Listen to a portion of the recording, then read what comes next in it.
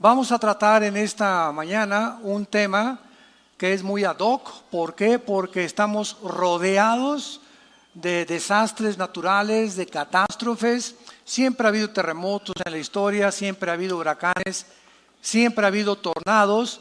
Sin embargo, no con la consistencia y como han convergido en los últimos años en el mundo a nuestro alrededor. Ni tampoco tan devastadores ni con la fuerza con la que están azotando a las diversas naciones y continentes en el mundo. La increíble cantidad de tragedias que en los últimos años han azotado el mundo han llenado de sorpresa, de consternación a millones de personas. Y tenemos, por ejemplo, el tsunami, ¿se acuerdan de Indonesia? 300,000 almas ahogadas. Recuerdo en aquel tiempo cuando nos entrevistaron en diferentes programas de televisión, de radio. Oiga, ¿qué nos contesta usted o por qué Dios permitió en el tsunami de Indonesia que murieran casi el 45% menores de 12 años de edad? ¿Hay respuestas en la Biblia? Claro que las hay y es lo que vamos a abordar. El ataque a las Torres Gemelas en el año 2001, en septiembre, 3,000 personas muertas, quemadas, sepultadas bajo cientos de toneladas de escombros, cuando 2 aviones que estaban tripulados por 19 terroristas árabes fueron y las dirigieron como misiles en contra de estas 2 torres. El huracán Katrina en 2005, ¿verdad? En Nueva Orleans, que casi acaba y arrasa con el puerto de Nueva Orleans. El terremoto de Chile, casi de los últimos que acaban de ver, que movió la inclinación del eje de la Tierra. Esto es impresionante, nunca había sucedido. El terremoto en Haití, la ciudad de Puerto Príncipe completamente devastada. Y ahora tenemos en este año el huracán Harvey en Houston. Gracias a Dios que en Dallas no nos llegó. Llegó en toda la costa del Golfo de México, del Atlántico. Houston, la mitad de la ciudad o más de la mitad completamente inundada. Imagínate levantarte en la mañana, que el agua te llegue simplemente al nivel de las rodillas. ¿Qué haces?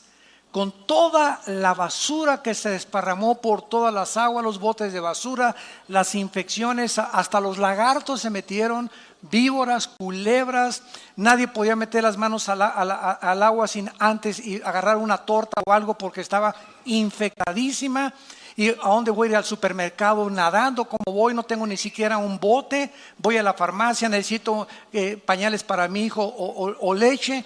De veras, ustedes no tienen idea lo que se vivió en Houston en los últimos semanas. Y ahora, ¿verdad? El huracán Irma, que ahorita precisamente está pegando ya en la península de Florida. Parece que se desvió un poco de Miami, va la tormenta tropical en Miami, se dirige hacia Tampa y hacia el norte de la Florida, que están esperando más de 7 millones de evacuados. ¿Saben ustedes lo que significa eso? 7 millones de evacuados. Tenemos una persona que nos habló, que nos dijo que simplemente de Miami a Orlando, que no es un viaje como de 45 minutos, hizo 24 horas manejando. De la línea de carros tan despacio, porque toda la gente, ¿verdad?, huyendo hacia el norte, hacia Atlanta, prefiriendo, ¿verdad?, rescatar su vida que poder morir. Todas estas tragedias y todos estos acontecimientos nos tienen que recordar las verdades que vamos a continuar a desarrollar, y todos tenemos que recordar algo en primer lugar.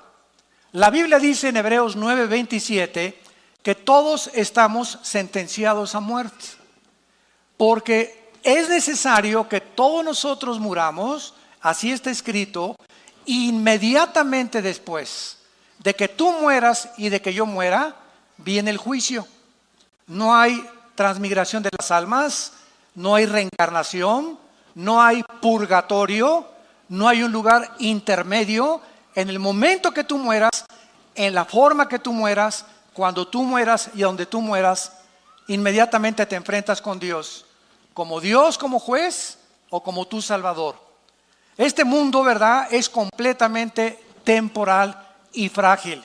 Ahora bien, si tenemos en cuenta que todos tenemos que morir, fíjense cómo cambia la perspectiva cuando venimos a la Biblia que cuando estamos lejos de Dios.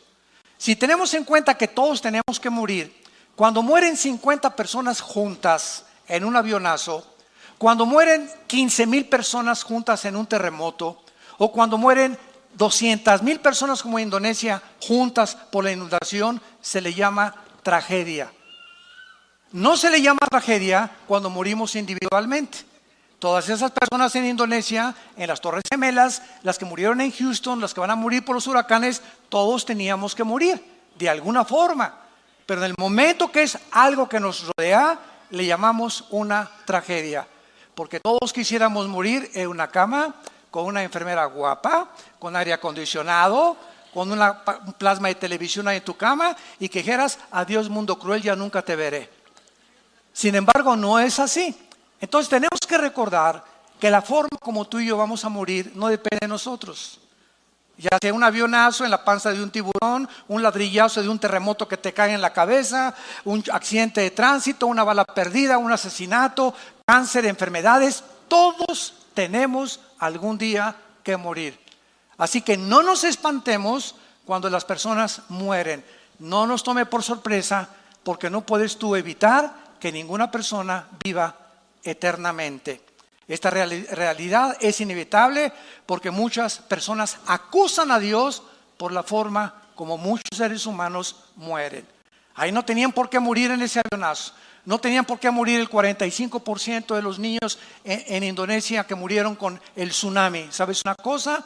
Cuando yo me puse a investigar acerca de las costumbres en Indonesia y de esos 45% de niños que murieron menores de 12 años de edad, la muerte, escúchame, la muerte de esos niños fue un acto de misericordia de Dios. Si esos niños hubieran quedado vivos, hubieran sido educados en la brujería, en la prostitución, en el tráfico humano y en todas las desgracias que en esa zona del Asia se siguen practicando. Así que Dios en su misericordia se llevó a todos esos niños porque la Biblia enseña que de ellos es el reino de Dios. Ah, no, pero hay muchas personas que quieren que esos niños lleguen y sigan sufriendo y llegan a los 30 años y que sufran y que se casen y que se divorcien y que lleguen a los 50 años y que experimenten con el cáncer. ¿Cuántos de nosotros no quisiéramos eso? Ahora, ¿qué cosa es mejor? ¿Morir joven o vivir muchos años? Si es con Cristo, dice Filipenses 1:21 el apóstol Pablo, el morir es ganancia. Y si el vivir, si quedarme en la vida es Cristo, es mucho mejor.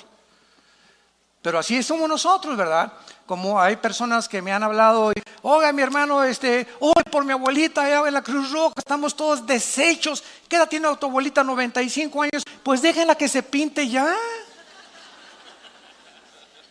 Hermanos, por favor, oren. Oye, espérame tantito, la pobre señora ya se tenía que ir. Es más, se tardó. Bueno, dichosos los que llegan con salud de esa edad, ¿verdad? Pero queremos que se quede. ¿Para qué quieres que se quede tu abuelita aquí, verdad? Si ella es cristiana, gloria a Dios, va a ser libre. El cuerpo es una prisión. No vengan a orar por ella, pero ¿para qué vamos a orar por ella? Para que se quede 5 años, hasta los 10, 100 años de edad. Que ya no puede ni caminar la pobrecita, que ya no puede ni ver la pobrecita. Para eso quieres que se quede tu abuelita, simplemente porque la quieres tener como tú. La muerte para el cristiano es ganancia. Escapamos, dice la Biblia, bienaventurados los que mueren en el Señor, porque han descansado de sus obras. Entonces vamos a ver claramente por qué ocurren estas tragedias. Número 1, veamos la perspectiva de Dios. Isaías 55, versículos 8 y 9. Porque mis pensamientos, dice Dios, no son vuestros pensamientos. Dice Dios, yo no pienso como tú piensas, Pancho, Carmelita, astrofísico, físico, ateo, escéptico y agnóstico. Yo no pienso como ustedes. Mis pensamientos son muchísimo más altos que la forma como tú ves el mundo, la perspectiva que tú tienes de la muerte, la perspectiva que tú tienes de la vida, la forma como tú ves las tragedias. Entonces, la razón por la cual mis pensamientos son más altos que los tuyos es precisamente una de las razones por las cuales la mayor parte de los ateos, en los 40 años que tengo de compartir el mensaje de la Biblia, he tenido más de 45, 50 ataques y enfrentamientos y debates frente a frente en el radio, en la televisión, con ateos. Y durante el siglo XX, me acuerdo en los 90s, 80s, que fue la cúspide del siglo XX del ateísmo, el 90% de los ateos que hemos debatido durante toda nuestra vida, el 90% de los ateos son personas amargadas contra Dios. Que algo les pasó en su vida, que se enojaron contra Dios porque no pudieron encontrar una respuesta, y como Dios no les contestó porque no sanó a mi hermano, y cuando yo era joven dizque era cristiano, iba a la iglesia y le oré por mi mamacita y mi mamacita se murió, pues ahora ya no creo en Dios. Qué terrible que el hecho de no entender a una deidad y la forma como Él opera en el mundo llegue a los seres humanos a la conclusión de decir, pues es que yo puedo ser más sabio que tú, Dios, y yo si fuera tú, yo no haría lo que estás haciendo, ni permitiría las cosas que estás haciendo, pero papá, tú no eres Dios, ni yo soy Dios tampoco. Entonces, siguiendo una lógica elemental y asumiendo que Dios es un Dios todopoderoso y que si existe forzosamente, imagínate nada más, somos chapulines comparados con Él. Como si un niño le preguntara a Alberto Einstein, oye Alberto, explícame la fórmula de la teoría de la relatividad, E igual a mc al cuadrado. La energía igual a la masa por la velocidad de la luz al cuadrado. ¿Qué le diría Alberto Einstein al niño chamaco con cabeza de ostión? Tienes 3 años, 4 años, aunque te la explique no lo vas a entender, porque tienes que pasar aritmética, cuadrados, resta, multiplicación, logaritmos, cálculo integral, álgebra, matemáticas cuánticas. Y entonces cuando evolucione tu mente, no es de que tengas una mente, la mía, la diferencia entre mi mente y tu mente, chamaquito, es que yo estoy más desarrollado que tú. Necesitas más años para comprender. Pues así son las cosas espirituales también. Con la mente de chapulín que tenemos, queremos entender a una deidad superior a nosotros y pedirle cuentas. Y la Biblia le llama soberbia, soberbia intelectual. Cuando miramos la vida desde la perspectiva de la eternidad, lo que a nosotros nos puede parecer, síganme con mucho cuidado, lo que a nosotros nos puede parecer como tragedias, muchas cosas realmente a los ojos de Dios no lo son. Veamos un ejemplo, el más grande de toda la historia humana, la muerte de Jesucristo. Cristo, cuando estaba colgado y con sus manos abiertas en la cruz, ahí abajo de la cruz había 2 grupos de personas principalmente. Un grupo se llamaban los religiosos. Otro grupo, los griegos, los intelectuales de esa época. Ante los ojos de los religiosos, el hecho que ese hombre colgara en la cruz era una maldición. Porque en el libro de la Torá, en el libro de Deuteronomio, en el Antiguo Testamento, está escrito, maldito el que muere colgado en un madero. Entonces los fariseos chocaron y vieron que eso decía la ley y la experiencia decía otra cosa. No, es que a los ojos de la ley tú eres maldito, tú no puedes ser nuestro Mesías. Era una locura para ellos ni siquiera considerar que la muerte de Cristo era para la salvación de los seres humanos. Y los griegos, por el otro lado, al ver a Cristo colgado en la cruz, de acuerdo a la filosofía griega que dominó 150 años en el siglo de oro antes de Jesucristo, los dioses de Neptuno y los dioses de Zeus y los dioses, los titanes de los griegos, era imposible que en toda la mitología griega pudiera existir ninguna historia en la que un padre o un dios tratara de matar a su hijo o no rescatar a su hijo cuando estuviera sufriendo de manos de los humanos. Entonces Dios en su infinita sabiduría nos dice en la primera carta a los Corintios, y este pasaje fue uno de los pasajes que me ayudaron a mí a convertir mi alma a Cristo antes de que yo mismo era ateo, fui ateo antes de ser cristiano. Y a mí me confundían todas estas cosas, lo mismo que a muchas personas que nos escuchan. Dice en 1 Corintios capítulo 1, versículo 21 en adelante: porque ya que en la sabiduría de Dios, el mundo no conoció a Dios mediante la sabiduría, agradó a Dios salvar a los creyentes por la locura de la predicación. Porque los judíos piden señales, piden milagros, y los griegos buscan sabiduría. Pero nosotros predicamos a Cristo crucificado, para los judíos ciertamente tropezadero, y para los gentiles locura, mas para los llamados, judíos como griegos, Cristo poder de Dios y sabiduría de Dios.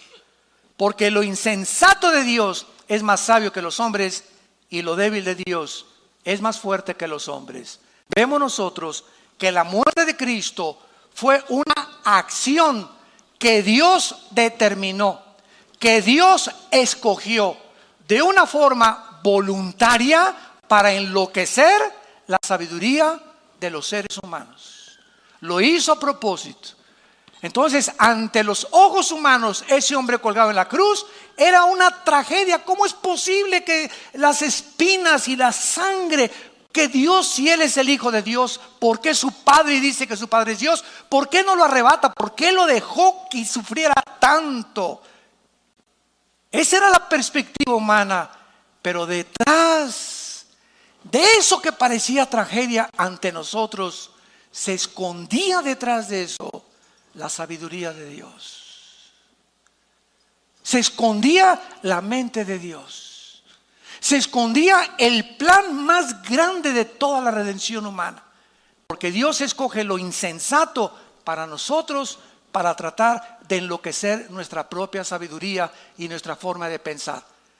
Porque ningún ser humano, como acabamos de leer, a través de la investigación científica o de un análisis intelectual o clínico o filosófico, nunca un ser humano podría llegar a conocer a Dios. Dios tuvo que bajar del cielo hace 2000 años en la persona de su Hijo Jesucristo. Y Jesucristo tuvo que venir a revelarnos al Padre. Él lo dijo en Mateo 11: nadie conoce a Dios más que el Hijo, y a quien el Hijo lo quiera revelar.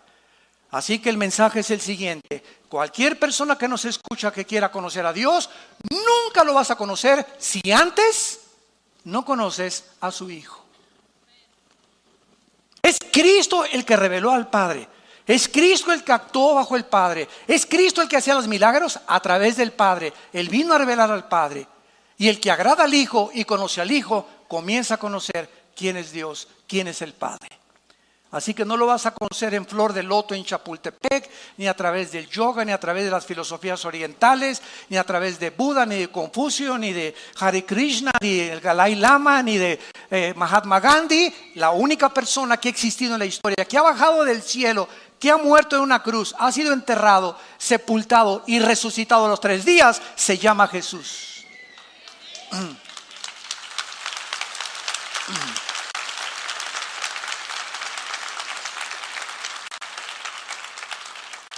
Ahora bien, las catástrofes tienen que ocurrir antes que venga Cristo. La Biblia profetizó: habrá pestes, hambres, terremotos, sediciones en diferentes lugares. Dice en Lucas 21, las gentes desfalleciendo por el temor, por el bramido de las olas. Así fue escrito hace 2000 años. Y en respuesta a muchas preguntas que han surgido en relación a los huracanes, ustedes no se imaginan cómo hemos sido bombardeados. En las últimas 2 semanas, con llamadas a la casa de ustedes, me han despertado a la 1 de la mañana. Ay, mi abuelita tiene miedo que el huracán la agarre. ¿Y qué quiere que haga, señora? ¿Verdad? Ay, pues que ore por ella. Imagínense nada más. Que ore por ella a cientos de kilómetros de distancia.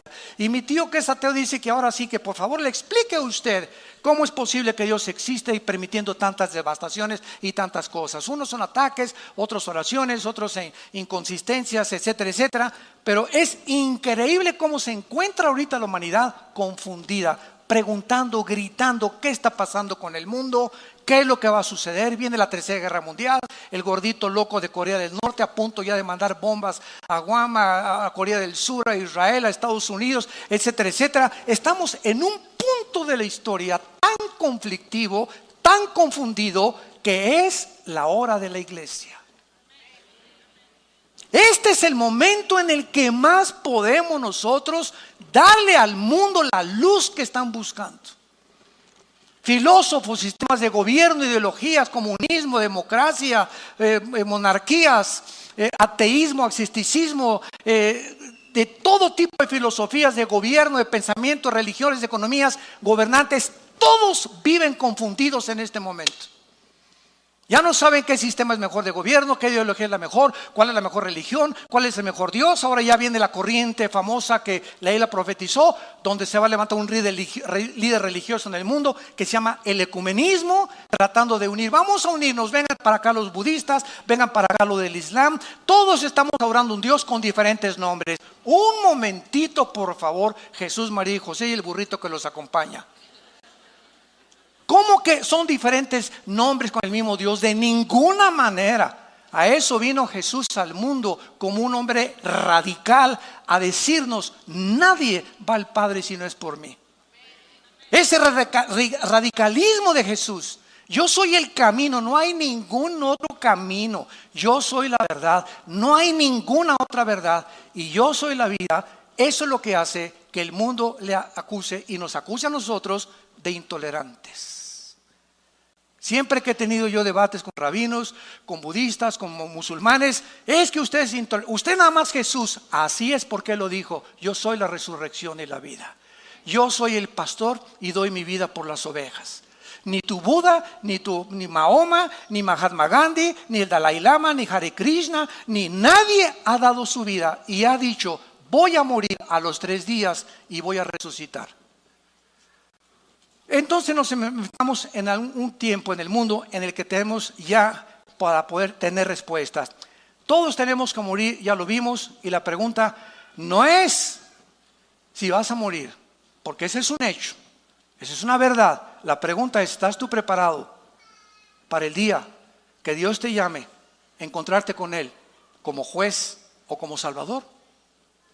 Yo te pregunto en esta mañana, y a los que nos escuchan, no importa que sea tsunami, que sea un accidente de tránsito, todos tenemos que morir. La pregunta es: ¿estás preparado para morir? ¿Estás listo para ese momento en el que sale el alma y el espíritu del cuerpo? Nuestro cuerpo queda aplastado bajo un terremoto, en la panza de un tiburón, muerto, te entierran, te creman. No importa lo que hagan a nuestro cuerpo. Este cuerpo corruptible que está sujeto a un deterioro celular por la misma ley de la segunda ley de la termodinámica, la ley de la entropía, que todo tiene que oxidarse y desgastarse, nuestro cuerpo se lo van a comer los gusanos. Polvo somos y al polvo regresamos. Pero ¿qué de tu espíritu? ¿Qué de tu alma? ¿Qué de esa parte invisible, espiritual, que la Biblia nos muestra que somos internamente? ¿Y qué es lo que tiene valor verdaderamente? ¿Qué vas a hacer del día de tu muerte? ¿Tú crees que Dios te dé la oportunidad de arrepentirte como te la está dando ahorita? Número 2, las tragedias nos enseñan también a valorizar la vida. ¿Saben ustedes qué palabras expresaron las personas que fueron evacuadas ahora? Mi esposa y yo lo veíamos continuamente en la televisión, en el huracán Harvey en Houston, Texas. Nadie estaba lamentando: mi televisión se quedó allá, mis palos de golf, mi caja con mis joyas. Todos los que iban en los botes y cuando venían los helicópteros a rescatarlos, lo único que ellos estaban realmente lamentando eran si había familiares que se hubieran ahogado. Pero en cuanto veían a un hijo, o ahí está mi papá, o ahí está mi mamá, no les importaba nada de lo que había sido destruido, ni cómo van a enfrentar el futuro. Mamita, me importa que tú estés vivo, hijos, estamos vivos, somos una familia, vamos a seguir adelante. Ellos comenzaron a valorizar que verdaderamente lo único que tiene valor es la familia. Las caras de alegría: ahí está mi mamá y salvaron a mi hijo. Y grita, hasta por el perro estaban contentos que lo habían salvado. Ninguno de ellos comenzó a decir: ¿por qué no sacaron mis palos de golf? ¿Por qué no me sacaron las refacciones que tenía en mi garage? Nadie lamentaba su televisión, su carro o sus bienes materiales. Se lamentaban por la gente perdida, ahogada, y se alegraban por sus familiares salvados. Jesús dijo en Lucas 12:15, la vida del hombre no consiste en los bienes materiales que posee. No importa lo rico que hayas alcanzado en esta vida, ni los millones que hayas logrado. ¿Sabes una cosa? Todo eso se va a deshacer como la polilla. Y quiero decirte algo, Dios ha ido advirtiendo lo siguiente: Dios no está en contra de los ricos. 1 Timoteo capítulo 6:17 no les dice que vendan todo, les dice que no es el dinero el pecado, sino el amor a lo que tienen, que no guarden de más. Entonces, recordamos 2008, la bolsa de valores cae 777 puntos. 62 billonarios, no millonarios, billonarios se suicidaron. Oiga, pero si tenían, no millones, billones, pero no los tenían debajo de la almohada ni el colchón. Todo ese dinero que tú crees que los ven los millonarios, lo tienen invertido. O bienes raíces, propiedades o en acciones. Y se desploman las acciones y se quedan completamente en la ruina. Y como todo su corazón y toda su motivación era el dinero, mientras tuvieran ese dinero, dormían a gusto, desaparece donde tenían puesto su corazón, en una fábrica de ídolos, y cuando el ídolo se derrumba, ellos ya no quieren seguir viviendo. Qué tristeza. Dios deshace como polilla, dicen los salmos, lo más apreciado del hombre. Todas esas personas en Houston, ¿cuándo se imaginaron que de la noche a la mañana, se iban a quedar con los chones con que salieron de su casa? Y no fue eso todo el susto. Escuchen esto. Descubrieron días después que las compañías de seguros no aseguran casas por inundación, para acabarla de amolar. La compañía de seguros no hay pólizas, y si tú la quieres comprar te cuesta muchísimo más. Está garantizado contra incendios, un árbol que le caga el techo, una explosión de gas dentro de la casa, pero no por inundación. Así que miles de personas ahora en Houston y en Miami se van a quedar sin casa y van a comenzar de ceros su propia vida. Perdieron sus pasaportes, perdieron sus identificaciones, su seguro social, perdieron todo absolutamente de la noche a la mañana. ¿Estás tú preparado para alguna tragedia de estas? Enfrentarla con la paz que sobrepasa todo entendimiento y decirle: el Señor Dios dio, el Señor Dios quitó, sea bendito el nombre de Jehová. Como lo hizo un hombre en la Biblia llamado Job, cuando de la noche a la mañana perdió sus propiedades, su ganado, sus hijos, y para acabarle a amolar, le dejó la esposa. Y lo digo de amolar, ¿verdad? No porque sea malo estar casado, simplemente porque la esposa comenzó a maldecir a Dios. Y comenzó a maldecirlo a Job también. O sea, le dejó la última espina todavía a Job. Pero lo más lindo, ¿verdad?, es que vemos que al final del libro tienen el doble de hijos, le deja la misma esposa, le trajo a Miss Universo, y fue un hombre felizmente murió felizmente. Entonces, las tragedias nos enseñan a valorizar la vida. Además, las tragedias unen a toda clase de personas. Los salvavidas, cuando vino ahora el huracán en Houston, no le decían a los que estaban flotando, ahogando: ¿eres del PRI o del PAN? ¿Eres blanco o eres negro? ¿Tienes feria o no tienes feria? ¿Tienes plata o no tienes plata? ¿Verdad? Ni de esas cosas. El rescate no era para los ricos, ni para los pobres, ni para los blancos, ni para el partido. Ahí nos damos cuentas de qué forma en las tragedias no hay color de piel, no hay partidos políticos, no hay ideologías, no hay nada. Todos somos seres humanos, creados a la imagen y la semejanza de Dios. Y todas las cosas que nos dividen, tonterías, ¿verdad?, que se llegan a matar porque tú eres de otro partido, pues tú le vas a las Chivas, yo a la América, y te voy a agarrar botellazos, porque yo soy americanista.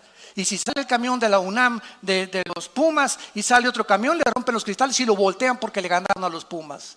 Qué increíble es el ser humano, y de cómo las pasiones combaten dentro de nosotros por minimidades, por tonterías. Y finalmente encontramos también, ¿verdad?, que el mundo no va a funcionar nunca sin Dios. Un desastre como este huracán nos recuerda que este mundo no funciona, pero el próximo sí lo hará. Y ese fue el sentimiento de todos los santos a través de la Biblia.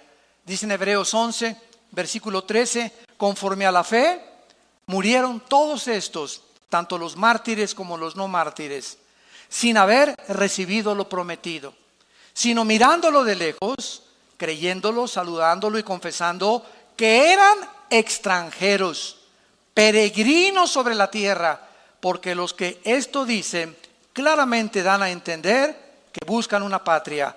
Pues si hubieran estado pensando en aquella de donde salieron, ciertamente tenían tiempo de volver, pero anhelaban una mejor, esto es celestial, por lo cual Dios no se avergüenza de llamarse Dios de ellos, porque les ha preparado una ciudad. Todos estos hombres que han muerto atrás de nosotros, desde el siglo XX hasta atrás, y que han seguido a Jesucristo, nunca consideraron que esta vida era eterna. Todos aceptaron la perspectiva: soy peregrino en este mundo, mi vida va a pasar así. Los que ya pasamos del 5º piso lo sabemos. Así pasa la vida, pero así. Vemos los nietos, los hijos y nos damos cuenta qué rápido envejecemos. Y comienzas a valorar qué es lo más importante para la vida. Y nos damos cuenta la vanidad, la vaciedad, la falta de propósito y de sentido que la mayor parte de los seres humanos tienen. Todos luchando. ¿Qué vas a estudiar? Una carrera donde pueda haber más feria. ¿Y de quién eres compadre? De mi compadre el diputado, que me va a ayudar a conseguir un puesto para poder seguir robando. ¿Y qué es lo que anhelas en la vida? Hacer dinero, ser como Steve Jobs y fundar una opción como Apple, y ganar dinero por acá, o ser un músico conocido. Y ya cuando alcanzas esto, van a ustedes a concluir como están concluyendo las estrellas de televisión y de cine del siglo XXI. Y lo digo porque es público. Entrevistaron hace poco a Madonna y le preguntaron que qué pensaba ella que pasaba ya de los 50 años de edad, y contestó: sufro de pensar que en el momento que ya no tenga público, ¿qué voy a hacer? Porque mi adrenalina y la forma en la que me sostiene es el público, y sin público yo me moriría. ¿Qué hace un gobernante cuando fue presidente de la República y sale? ¿Ahora qué sigue? ¿Qué sigue? ¿Cuál es el monte a escalar? ¿Cuál es el monte a escalar cuando Elvis Presley descubrió, verdad, de que la vida era fatua, con millones de seguidores, con mujeres, y comienza a drogarse? Michael Jackson y todos los artistas, deportistas, boxeadores, políticos que llegan a los 40, 45, 50, alcanzaste lo que querías, y después ¿qué? Sigues vacío internamente, te das cuenta que te falta algo, porque no hay nada, como dijo Jesús a la mujer samaritana: de esa agua volverás a tener sed, pero el agua que yo te doy será una fuente que salte para ti en vida eterna. El hombre es vano en su forma de vivir. Siempre el dinero y el show y por aquí y el fashion y esto y el otro, y siempre estamos pensando en nuestras cabezas tan llenas, y de repente, sin que te des cuenta, ¡pum!, llega la muerte. Y todos tus planes, todos tus pensamientos, todas tus ambiciones, como el vapor, ¡brum!, se desvanecen, y estás delante del trono de Dios. ¿Qué hiciste con tu vida, hijo? Carlitos, Pancho, Carmelita, Lupita, ¿qué hiciste con tu vida? Pues nada. Y esta es la forma en la que la Biblia nos advierte que algún día tenemos que entregar cuentas a Dios. Ahora, muy bien, veamos ahora clásicamente la muerte de los niños. La Biblia nos enseña que todos los menores de edad, cuando mueren por no ser responsables de sus acciones, ellos están cubiertos por la sangre de Jesucristo. Síganme con mucho cuidado. La inocencia de Adán no se compara con la inocencia de un niño después del nacimiento de la raza humana. La inocencia de Adán era una inocencia sin culpa legal. En otras palabras, Adán no fue creado y traía en su pasado culpa que expiar. Nació sin absolutamente nada en la que Dios no le podía decir: pues tengo que pagar por ti, y etcétera, etcétera, porque él no había pecado. Pero de Adán a nuestros días, todos los niños que nacen inocentes, pero con una culpa de por medio, porque todos nacimos en pecado. En pecado nos engendró nuestra madre, Salmo 51. hemos todos nacidos alejados y destituidos de la gloria de Dios. Pero esa culpa con la que nacieron los niños, la iglesia romana le llama el pecado original. Y cuando los bautizan, ellos enseñan, cosa que no está en la Biblia, que se les borra el pecado original. No importa cómo se porten después, hayan sido borrachos, parranderos y jugadores, ellos ya desde niños ya no tienen el pecado original por el bautismo, ¿verdad? Esto es una barbaridad a la luz de la Biblia. Entonces, ese pecado original, que es el con el cual nacimos, al adquirir conciencia, los niños, 7, 8 años de edad, comienzan a adquirir responsabilidad de los padres para que les den el plan de la salvación y a esa edad rescatarlos de esa culpa para que no crezcan en su adolescencia con ella, que crezcan con Cristo a los 7, 8, 9 años de edad, tal vez ya hasta muchos antes, y poder comenzar a encaminarlos en caminos que conducen a la justicia, la santidad y la verdad de Dios. Qué grande responsabilidad ser padre de familia, qué enorme responsabilidad. Ahora, la muerte para el cristiano, ¿verdad?, es muy diferente. No importa cómo muramos, no importa las tragedias que atravesemos, la Biblia nos llena de esperanza. Por ejemplo, el Salmo 116, apúntalo, porque te puede servir para las personas que mueren y leérselo. Dice el Salmo 116, versículo 15, estimada es a los ojos de Jehová la muerte de sus santos. Cuando un cristiano muere, Dios y los ángeles dicen, alabío, alabao, alabim bomba, ya viene, ra, ra, ra. Y aquí, ay, ¿para qué te lo llevaste? Porque el instinto de sobrevivencia nos hace actuar de esa manera. Nosotros queremos que todos, ¿verdad?, nuestros seres queridos se queden hasta los 80, hasta los 100, hasta que con nosotros. Porque esa es la tendencia del ser humano, porque no sabemos qué hay después de la muerte. Pero Jesús vino a quitarnos la cortina, a descorrer el velo y mostrarnos que cuando un cristiano muere, no se imaginan el paraíso a donde están nuestros seres queridos o hermanos o hijos que se hayan muerto. Ellos se encuentran, qué Disneylandia, ni qué Reno Ventura, ni qué nada, ni qué Riviera Maya, se encuentran descansando contentos con el pandero, alegres, en un lugar millones de veces mejor que este basurero de planeta donde tú y yo vivimos. Pero queremos que regresen y se queden con aquí. Hay hermanos que también han dicho, hermano, ayúdame a resucitar al muertito. Es cristiano, sí, déjenlo, ¿para qué se va a dar un susto si regresa? Imagínense nada más, ¿no? Es que Cristo dijo que resucitar, espérame un tantito, lo hizo para demostrar su deidad. Pero ¿para qué quieres que resucite? ¿Para qué quieres que regrese de basurero? Está mucho mejor en el otro mundo que vive. Pero así somos los seres humanos. Dice la Biblia en Hebreos capítulo 14, versículo 32. Lo mismo acerca de la muerte para los cristianos. Proverbios 14:32. Por su maldad será lanzado el impío, mas el justo en su muerte tiene esperanza. No hay ninguna esperanza para el que muera y nos esté escuchando ahorita sin Cristo. Si tú mueres en este momento que escuchas este mensaje, hoy en la tarde, o tal vez dicen que vienen terremotos más grandes a México, te cae un ladrillo de la chimenea en tu cuarto y no amaneces mañana y no te volvemos a ver. Tú mueres sin Cristo, no lo digo yo, lo dice este libro que se llama la Biblia. Tú vas a ser condenado eternamente, lejos de la presencia de Dios. Y cuando estés en la otra vida, siempre recordarás que Dios te habló a tu corazón en esta mañana. Y yo estoy seguro que cuántos de ustedes, y hay cantidad de millones de personas que ahorita no están escuchando, que Dios les está hablando por última vez.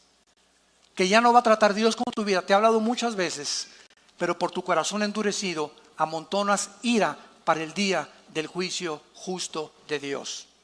Y vemos también en Isaías 57, este pasaje me encanta. Isaías 57, perece el justo y no hay quien piense en ello.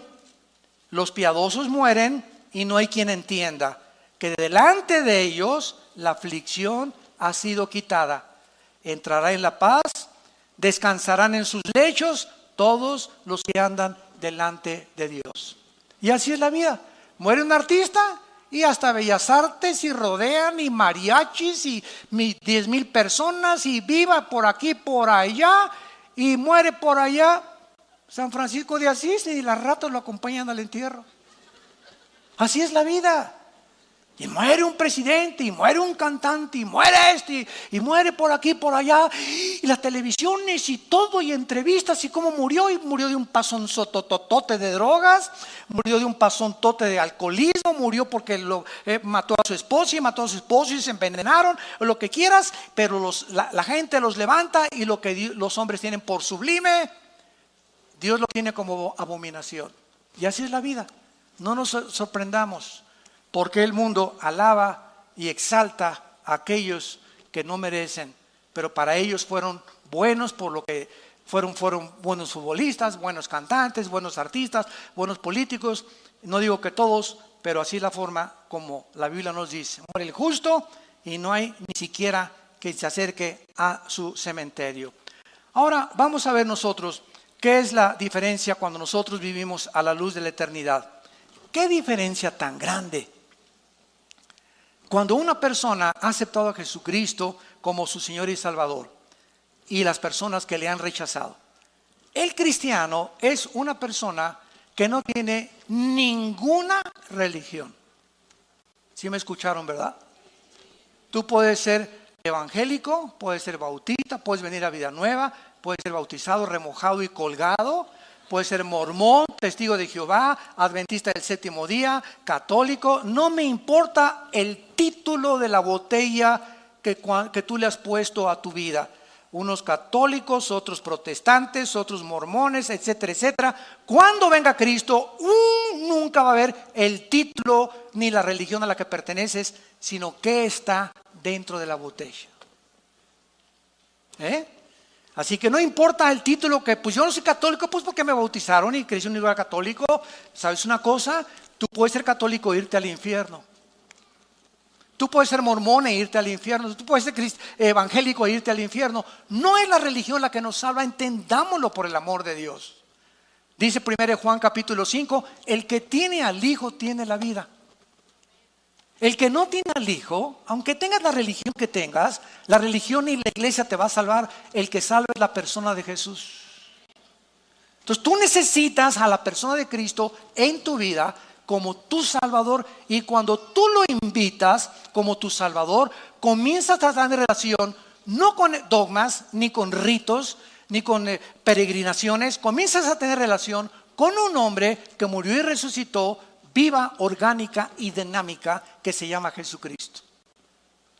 Y si tú que me escuchas me dices que tienes una religión y nunca en las mañanas te levantas a tener comunión con Dios en la Biblia, no en el Corán ni en el libro del Mormón, en la Biblia, no tampoco en los libros de Walter Mercado ni los de los gurús, en la Biblia. Si tú no tienes un tiempo en la Biblia diario con Dios, donde tú oras y descubriste que platicas con Dios y Él ya se hizo real en tu vida, tu religión te va a condenar. Porque te vas a morir engañado, creyendo que porque tenías una religión te vas a salvar. Y no es así. Dice en 1 Juan 1, 12 y 13. Mas a todos los que le recibieron, Evangelio de Juan 1, 12 y 13, a los que creen en su nombre, les dio potestad de ser hechos hijos de Dios. Que dice la Biblia que no es cierto que todos somos hijos de Dios. Cuando tú oigas que alguien dice, o un líder cristiano, un líder religioso, es que todos somos hijos de Dios y todas las religiones tienen el mismo Dios, es el mentiroso más grande que tú has oído, disfrazado de ángel de luz. Todos somos criaturas de Dios, pero la Biblia dice que los que reciban a Cristo, a esos, no a todos, a esos Dios les da el poder de llamarse hijos e hijas de Dios. Un día estuve en un convento con unas monjitas, y yo amo las monjitas, ¿verdad? Y me encantan, y también con curas, platicamos con todo mundo, ¿verdad? Y siempre nos debe mover la compasión, la misericordia, porque nosotros antes de ser cristianos, pues navegábamos también en diferentes barcos y teníamos diferentes ideologías. La raíz es la ignorancia de la Biblia. Entonces cuando hablo yo con un religioso, ¿verdad? Como les dije una vez, estaba en un convento y me dice la madre superiora, oiga, doctor Alducin, quiero que ore por mí para recibir al Espíritu Santo. Y había como 7, 8 monjitas detrás de ellas, bien lindas, todas así con la carita, así parecían florecitas, todas así. Y le dije, oiga, ¿qué están haciendo aquí en primer lugar? ¿Cómo que qué estamos haciendo aquí? Le digo, ¿qué están haciendo aquí encerradas? En un convento. ¿Por qué no salen? Es que aquí estamos buscando a Dios. ¿Dónde sacaron eso? Les dije. ¿Tiene la Biblia? Bueno, la busco. ¿Tiene una Biblia? Preguntó la madre superiora. Y no encontraba la Biblia de las pobrecitas, ¿no? Bueno, yo llevaba la mía y se las abrí, ¿verdad? Y les dije, si quieren, tráigame la de ustedes, la Torres Amado, la Nácar Colunga, las versiones católicas. Todas dicen lo mismo. Y claramente lo dice, ¿verdad? Que Jesús dijo, id y predicar el evangelio. Pero el diablo las ha engañado y las ha encerrado, porque encerradas, ¿a quién le van a predicar? Se voltearon a ver unos a otras. Ah, pues sí, ¿verdad? Para no hacerse el cuento largo, esa madre superiora ahorita es misionera en el Brasil, cristiana, hija de Dios. Dejó el convento y dejó todo. El Dios le abrió los ojos. Gracias a Dios.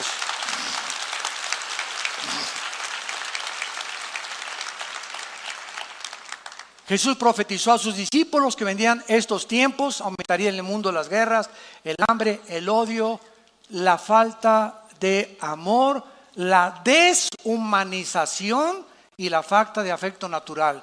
Y el síntoma, damas y caballeros, para terminar, más grande de descomposición social. No nos asustemos de los tsunamis, terremotos que van a venir y van a azotar el mundo, y muy pronto ya soy en los cascos del Apocalipsis, en el cielo, que viene Jesús pronto por nosotros. La iglesia va a salir antes de que todos los juicios del Apocalipsis caigan sobre el mundo. Es una promesa de Cristo. Asustémonos de la descomposición social de los matrimonios. El matrimonio es la institución más santa y más sagrada que Dios estableció. El matrimonio es el fundamento de todas las sociedades y la familia. Y de acuerdo a este libro, la familia es un papá, un varón, una mujer con hijos. Esa es la familia para Dios. No es un hombre con un hombre y una mujer con una mujer. Eso ya es la descomposición más terrible, más degradante, más inmoral a la que la sociedad humana ha llegado. Como un síntoma de que la sociedad ha llegado a los juicios de Dios. No echemos la culpa a Dios. ¿Por qué muere tanta gente? ¿Y por qué estos terremotos? Veamos el comportamiento y el pecado tan descarado, donde el ser humano está aceptando esto como algo normal. Y no es normal, es pecado. Un matrimonio es entre un hombre y una mujer, un perro y una perra, un gato con una gata, un león con una leona, un caballo con una yegua. No es un caballo con un caballo ni un perro con un perro. Dejemos la Biblia, la naturaleza misma nos enseña la multiplicación de las especies. Por eso hay el género femenino y el género masculino. Eso no fue una obra de la evolución, no es una coincidencia que yo haya nacido con órganos reproductores masculinos y mi esposa femeninos. ¿Para qué? Para unirnos los dos. Un niño necesita una mamá, un niño necesita un papá, no necesita dos mamás y dos papás. Un niño que crezca sin un papá pierde la imagen masculina. Y de acuerdo a estas estadísticas, casi el 60% del homosexualismo es de personas que nacieron en matriarcados. Donde en el lugar es la mamá la que manda y el papá está borrado completamente. Y el hijo se identifica con la mamá porque el niño necesita la identidad de un padre. El niño necesita la identidad de una madre. Pero hemos llegado a este grado en el mundo de la sociedad y por eso los juicios de Dios están como nunca van a venir. Porque nos estamos descomponiendo, entendámoslo, nos estamos descomponiendo. Estamos pensando que la economía y esto y que es la moral a lo que Dios le da importancia en la Biblia. Tú tienes en esta tarde la oportunidad de arrepentirte de tu vida, de ayudar que te cambie el Espíritu Santo. Cristo vino para transformar nuestras vidas, para darnos paz, para darnos dirección, para abrir nuestro entendimiento y entender por qué nací, cuál es mi propósito en el peregrinaje. Vamos de pasada por este mundo. Nos está esperando un mundo muchísimo mejor. Vengamos a la cruz en esta tarde. Ven a la cruz y tus pecados, si fueren negros como el carbón, como la blanca lana, vendrán a ser. Porque Dios muestra su amor para con nosotros, en que siendo un pecadores, Cristo murió por nosotros.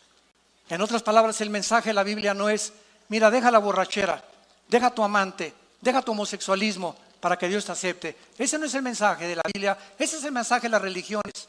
Esa es la gracia, es lo que hace diferente el mensaje de este libro a las demás religiones. El mensaje de la Biblia dice, ven cómo estás, Eres homosexual, ven a la cruz. Cristo murió por ti, por los pecadores, no vino por los buenos. Eres borracho, parrandero y jugador, eres un adúltero, eres adicto a la pornografía. Ven a la cruz, así como estás. Y si tus pecados fueran negros, mataste a 30 personas, abortaste a 50 niños, ven así como estás, con esa culpa que te está destrozando, y la sangre de Cristo nos limpia de toda maldad. Es el mensaje de la cruz. Vengan como están. Ven cómo estás. No digas, es que yo quiero primero cambiar. Es que nunca lo vas a hacer. Si así fuera, si hubiera alguna fuerza en nosotros que nos pudiera proporcionar la paz y que pudiéramos cambiar, no hubiera muerto Cristo en la cruz. Pero Él murió precisamente por nuestra debilidad, por nuestra incapacidad de vivir para Dios. Ese es el mensaje de la cruz. Si no fuera así, entonces la muerte de Cristo fue un desperdicio. Tenemos que entender este mensaje y compartir este mensaje. Dios nos acepta así como estamos.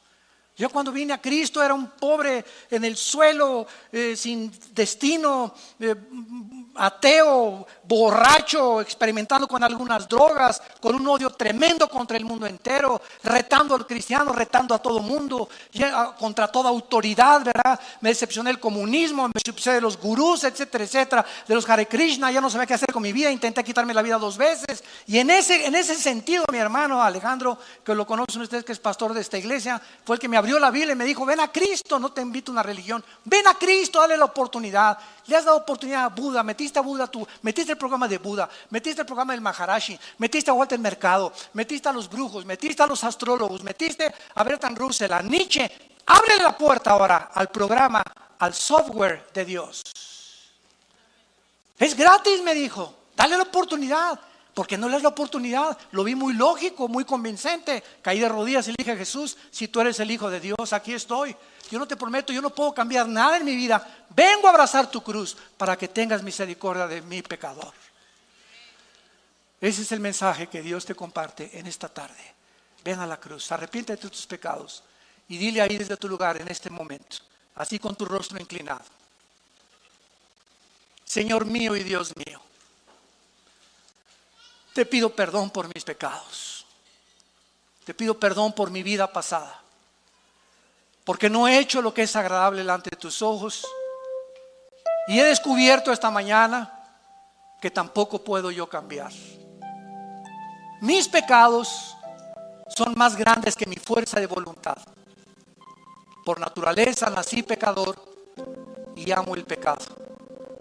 Y ahora he comprendido, al oír el mensaje de la Biblia, que en esa cruz tú tomaste mi lugar con todos mis pecados que en este momento tengo, y a tu Hijo lo castigaste en mi lugar. En lugar de condenarme, condenaste a tu Hijo. En lugar de esa ira que me tenías reservada, esa ira la descargaste sobre tu Hijo. A tu Hijo Jesucristo no lo perdonaste para perdonarme a mí en esta mañana. Oh, qué grande amor, oh Dios, has tenido para tu siervo y para tu sierva. Qué grande amor, Jesús, has desplegado con tus manos extendidas en esa cruz. Te invito en este instante a que entres a mi vida como mi Señor y mi Salvador. Oh Dios, con tu sangre preciosa, lávame. Me arrepiento sinceramente de mi vida y entra a mi corazón para darme el poder de ahora, en la corta vida que me queda, vivir para ti, para conocerte, alabarte y darte a conocer mi familia, mis amigos y a todas las personas con las que me quieras rodear, porque te lo pido en el nombre de Jesús. Amén. Vida Nueva para el Mundo se sostiene y propaga el mensaje de salvación de Jesucristo gracias a Dios y a tus donativos. Llevemos juntos el Evangelio de Jesucristo al mundo entero. Realizamos eventos, seminarios, congresos y diferentes programas para dar a conocer el mensaje de salvación y el poder de nuestro Señor, transformando y edificando vidas de mujeres, hombres, niños alrededor del mundo. ¿Qué pasa cuando decides hacer tu donativo? Aunque no puedas llevar la palabra personalmente a todo el mundo, de esta forma lo estás haciendo. Con tus donativos o aportaciones, estás sembrando y formando parte de lo que Dios está haciendo en su obra. Estás ayudando a traer luz a la oscuridad, paz al conflicto y esperanza a los que no tienen ninguna. Dona desde México.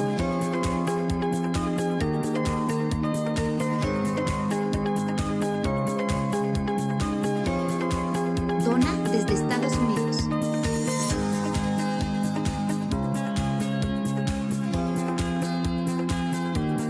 Para el resto de donaciones de otras partes del mundo, www.vidanuevaparelmundo.org.mx/dona. Estamos cumpliendo la gran comisión.